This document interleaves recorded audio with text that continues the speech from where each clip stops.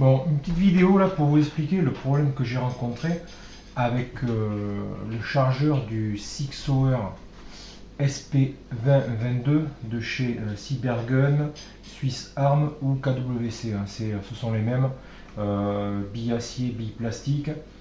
Il y a plusieurs noms de constructeurs, mais c'est la même arme. Le problème, c'est que quand je l'ai acheté, il a chargé, il a marché très très bien. Chargé à fond, hein, puisqu'il il accepte jusqu'à 23 billes. Et les premières cartouches de CO2 donc, ont fonctionné à merveille, sauf qu'à partir on va dire, de la 5e ou de la 6e, il s'est mis à fuir.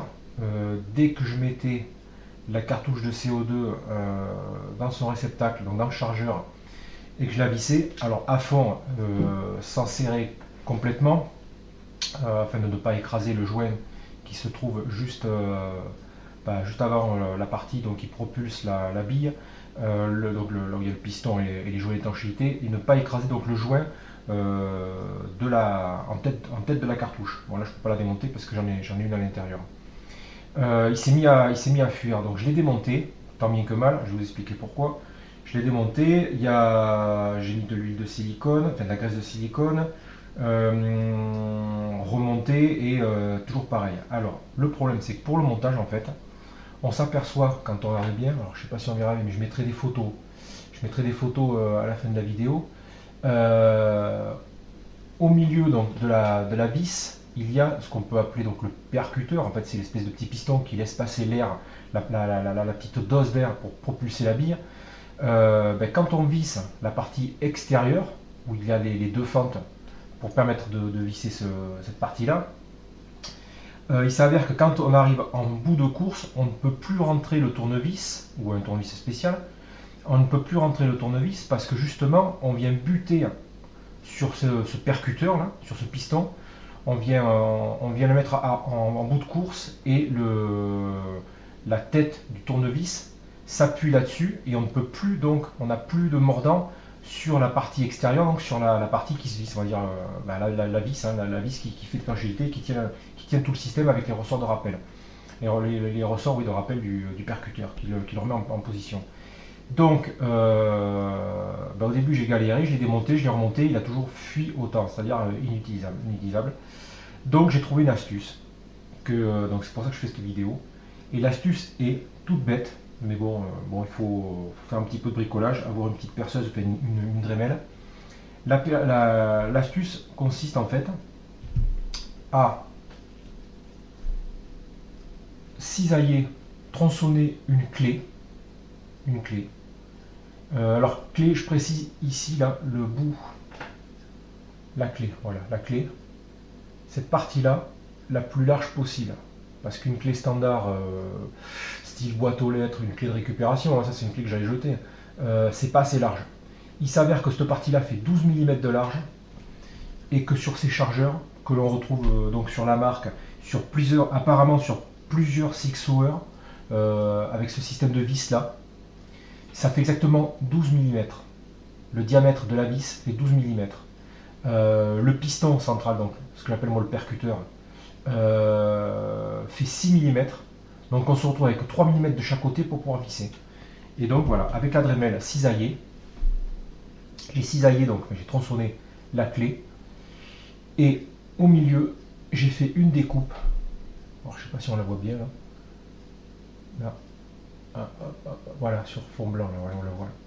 J'ai fait une découpe de 3 mm au milieu, enfin de 6 mm, ça fait 3 mm de chaque côté pour visser. Ça correspond exactement à la vis du chargeur.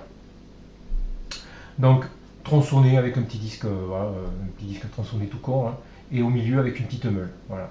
Donc, on prend ses repères et on y va. Donc, c'est pareil, pour ça, je vous montrerai des photos plus proches. Pour expliquer, vous allez voir que ça rentre parfaitement bien.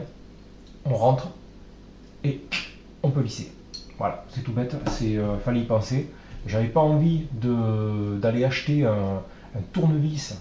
Bon, il existe sûrement des outils spéciaux pour ça, mais j'avais pas envie d'aller chercher un tournevis large, parce qu'il le faut très large. Ça fait quand même, voilà, ça fait 12 mm de large cette partie-là. C'est exactement le diamètre, je répète, hein, c'est le diamètre de la vis de maintien donc, du système de propulsion avec le percuteur au centre.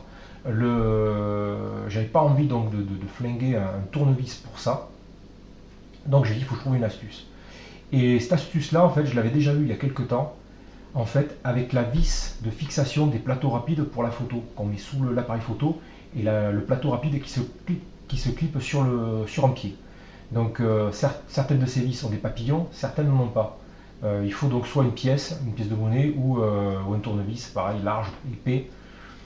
Ah ben, j'ai eu l'idée de la clé et elle est tout le temps sur moi, enfin, dans mon sac photo. Et c'est à partir de là que j'ai eu cette idée. J'ai dit, putain, mais c'est exactement pareil. On se retrouve avec une fente aussi large, pas.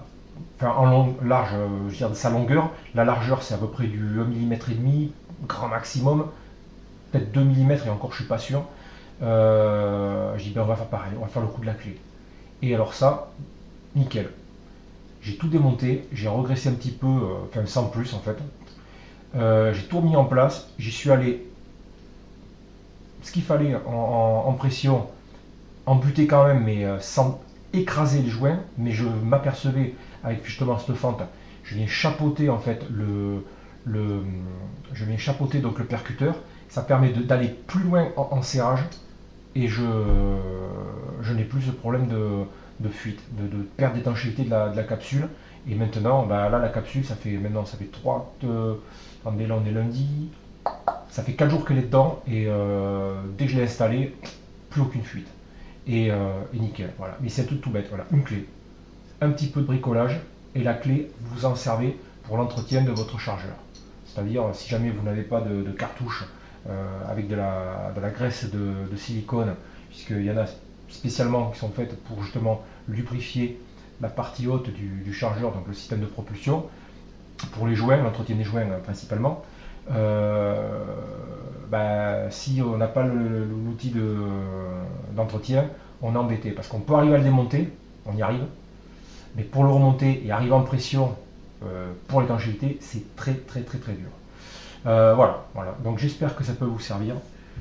Une clé de récupération tronçonnée avec un petit disque, une Dremel, une petite clé, une petite perceuse toute bête, hein, voilà. Et après un petit peu d'usinage avec une meule. Bon, je vous mettrai des photos en fin de la vidéo et vous comprendrez. Voilà, j'espère que ça vous rendra service.